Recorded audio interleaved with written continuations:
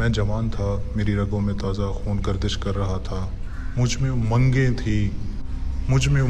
تھیں، آرزوئیں تھیں، میرے دل میں خواہش تھی کہ میرا بھی اپنا گھر ہو، بیوی ہو، بچے ہو، معقول آمدنی ہو، مگر میرے یہ خیالات صرف خواب ہی تھے، اور مجھے کوئی ایسی صورت نظر نہیں آتی تھی کہ میں کبھی اس حقیر زندگی سے نجات پا سکوں گا۔ میں اندر ہی اندر اپنی موجودہ زندگی سے نفرت کرتا تھا، مجھے خود سے حقارت محسوس ہوتی تھی۔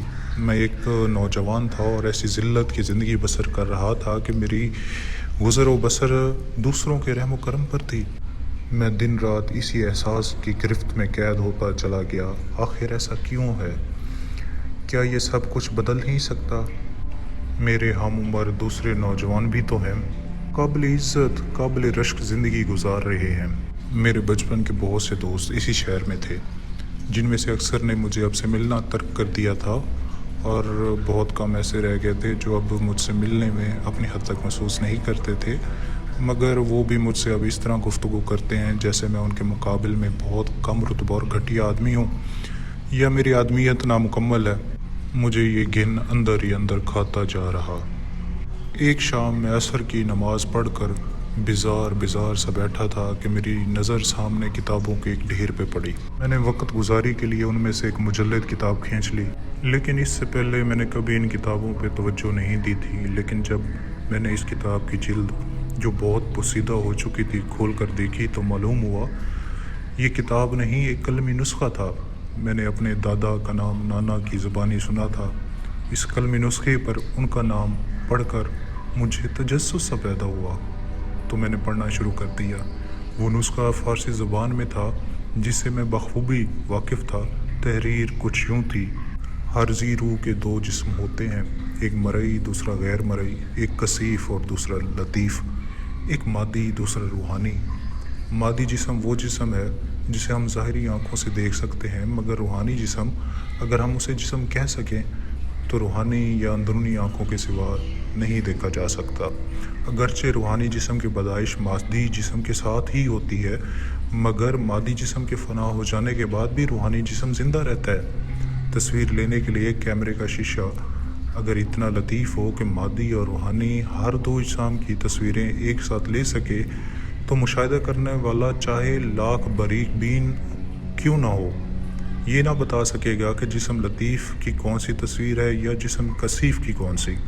اسے یہی معلوم ہوگا کہ ایک شخص کی دو تصویریں ایک ہی وقت میں لی گئی ہیں۔ المختصر، جو اپنا ہم شکل ہوگا وہی ہمزاد ہوگا، یا یوں سمجھ لو کہ جسم لطیف کا دوسرا نام ہمزاد ہے۔ میں بڑے شوق و تجسس کے ساتھ یہ قلمی نسخہ پڑھ رہا تھا۔ اس میں جسم لطیف کا یا ہمزاد کی صفات کے بارے میں تحریر تھا۔ مثلاً پلک جھپکتے ہی ہمزاد دنیا کے ایک سرے سے دوسرے سرے تک جا کر واپس آ سکتا ہے، پہاڑوں کی بلندیوں اور سمندروں کی گہرائیوں کی خبر لا سکتا ہے، بڑی سی بڑی وزنی شے جسے سینکڑوں آدمی مل کر اٹھا نہیں سکتے، اکیلا کہیں سے بھی اٹھا کر لا سکتا ہے۔ وہ مشکل سے مشکل مسائل حل کر سکتا ہے جنہیں حل کرنا عقل انسانی کی دسترس سے باہر ہے۔ سخت اور مہلک بیماریوں کے علاج تجویز کر سکتا ہے، مستقبل میں جو کچھ ہونے والا ہے اس سے آگاہ کر سکتا ہے، مدفون خزانوں کے راز بتا سکتا ہے، گمشدہ لوگوں کا بتا سکتا ہے، لوہے اور پتھر کی دیواروں میں سے گزر سکتا ہے، خطرناک سے خطرناک جانوروں کو ٹھکانے لگا سکتا ہے، دیو ہیکل سے دیو ہیکل شخص یا اشخاص کو زیر کر سکتا ہے۔ اس کے علاوہ لاتعداد پر اسرار قوتوں کا مالک ہے۔ میں وہ قلمی نسخہ حیرت اور دلچسپی سے پڑھ رہا، اور ایک مرتبہ تو پڑھتے پڑھتے میں اچھل پڑا۔ اس میں لکھا تھا کہ جسم لطیف یا ہمزاد کو قبضے میں بھی کیا جا سکتا ہے، اور اس کے پاس وہ قوتیں ہیں ان سے کام لیا جا سکتا ہے، لیکن اس کے لیے سخت ترین ریاضت اور مجاہدے کی ضرورت تھی۔ اس قلمی نسخے میں وہ تمام عمل درج تھے۔ میں اسے پڑھ کر جیسے خوابوں میں کھو گیا۔ کیا میرے خدا نے میری سن لی؟ کیا میرے دن بدل جائیں گے؟ اس وقت مغرب کی اذان ہوئی اور میں نے اٹھ کر وضو کیا، صدقے دل سے اپنے خالق کے حضور جھک گیا۔ جب میں نے دعا کے لیے ہاتھ بلند کیے تو میری آنکھوں میں آنسو تھے۔ میں نے خدا کا شکر ادا کیا۔ نماز پڑھنے کے بعد میں رات گئے تک اس قلمی نسخے کا مطالعہ کرتا رہا۔ اور اس کے دوسرے ہی دن میں نے اپنے لیے ایک عمل کا انتخاب کیا، مگر عمل کا یہ وقت وہ تھا جب میں بچوں کو پڑھایا کرتا تھا۔ بچے آئے تو میں نے ان سے کہہ دیا کہ آج سے میں تمہیں نہ پڑھا سکوں گا، اس لیے میں اس وقت ایک ضروری کام کرنا چاہتا ہوں۔ بچے چلے گئے اور اس کے ساتھ ہی میری 2 وقت کی روٹی بھی لے گئے۔ میرے پاس بہت ہی کم پیسے موجود تھے جن سے میں نے یہ انتظام کیا کہ جتنے عرصے میں عمل میں مصروف رہوں گا میرے کھانے پینے کا انتظام ہو جائے گا۔ کسی کے سامنے ہاتھ پھیلاتے ہوئے مجھے شرم آتی تھی، حالانکہ اگر میں چاہتا تو اپنے کسی دوست یا شناسا سے کچھ رقم ادھار لے سکتا تھا، مگر ادھار لے کر ادائیگی کہاں سے کرتا؟ پھر اپنے اندر اتنی ہمت کہاں سے لاتا کہ دست سوال پھیلا سکتا؟ عمل کے لیے ضروری تھا کہ میں کم سے کم لوگوں سے مل سکوں۔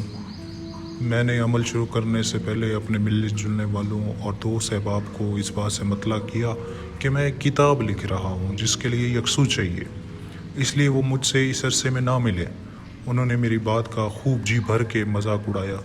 مجھے ان کی وہ ساری باتیں بہت کڑوی محسوس ہوئیں، مگر خون کے گھونٹ پی کر رہ گیا۔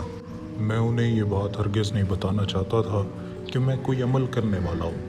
یہ ہدایت بھی اسی قلمی نسخے پہ درج تھی کہ سوائے اپنے مرشد کے یا اس شخص کے جو تمہارے لیے عمل تجویز کرے، کسی اور کو اس راز سے آگاہ نہ کرے کہ تم حمزات کے لیے عمل کر رہے ہو۔ میں نے یہ تمام تیاریاں کر کے ایک مرتبہ پھر قلمی نسخہ نکالا اور ان ہدایات کو غور سے پڑھنے لگا جو عمل کے دوران ضروری تھی۔ مثلاً حاملہ عورت عمل نہ کرے، جس شخص کا کوئی عضو معطل ہو، مثلاً ہاتھ پاؤں کٹا ہو یا بدن میں نمایاں نقص ہو، وہ عمل نہ کرے۔ جس شخص کو دماغی مرض ہو، مثلاً سکتہ یا مرگی وغیرہ، وہ عمل نہ کرے جب تک کہ وہ پوری طرح تندرست نہ ہو جائے۔ زخمی حالت میں عمل شروع نہ کرے، چاہے خواہ وہ انتہائی معمولی زخم کیوں نہ ہو۔ بواسیر کے مریض کو عمل نہ کرنا چاہیے۔ فاعل حیوانی کے عادی شخص کو عمل نہ کرنا چاہیے، کیونکہ عمل کے دوران مجامت سے قطعی پرہیز کرنا پڑتا ہے۔ میں نے خود کو ان تمام شرائط کا پابند پایا۔ اس کے علاوہ عمل کے دوران کے لیے بھی مختلف ہدایات درج تھیں۔ عامل عورت کے قریب قطعی نہ جائے، لوگوں سے ملنا جلنا بات چیت کرنا کم کر دے، گوشت انڈا مچھلی نہ کھائے، خوراک زود ہضم ہو، سادہ ہو، ہر روز نہائے اور سر میں مالش کرے۔ رات کا عمل ہے تو دن میں خوب سویا کرے، اونگنے سے عمل باطل ہو جاتا ہے۔ عمل کے وقت شک و شبے کو دل میں نہ پیدا کرے، اپنی حفاظت کا مکمل انتظام کرے تاکہ دوران عمل کوئی نہ ٹوکے۔ عمل کرنے کی جگہ پر اپنی ضروریات کی تمام چیزیں رکھے۔ بہتر یہ ہے کہ بدن پر صرف ایک کپڑا رکھے، اور سائے کے ذریعے عمل کرنا ہو تو صرف چست بانگیاں پہنے جو کہ سادہ سا کپڑا ہو۔ غصہ لڑائی جھگڑا کسی سے نہ کرے، کتابوں کا مطالعہ کرتا رہے وغیرہ۔ ان سب باتوں کے علاوہ جگہ اور وقت کی پابندی انتہائی ضروری ہے۔ میں نے اپنے لیے عمل آفتابی کا انتخاب کیا تھا۔ اس وقت کے لیے ضروری تھا کہ سورج طلوع ہونے کے بعد شروع کیا جائے۔ میں نے سب سے پہلے جگہ کا انتخاب کیا۔ یہ جگہ کھلے میں تھی، شکستہ حصے اور میری رہائشی حصے کے درمیان۔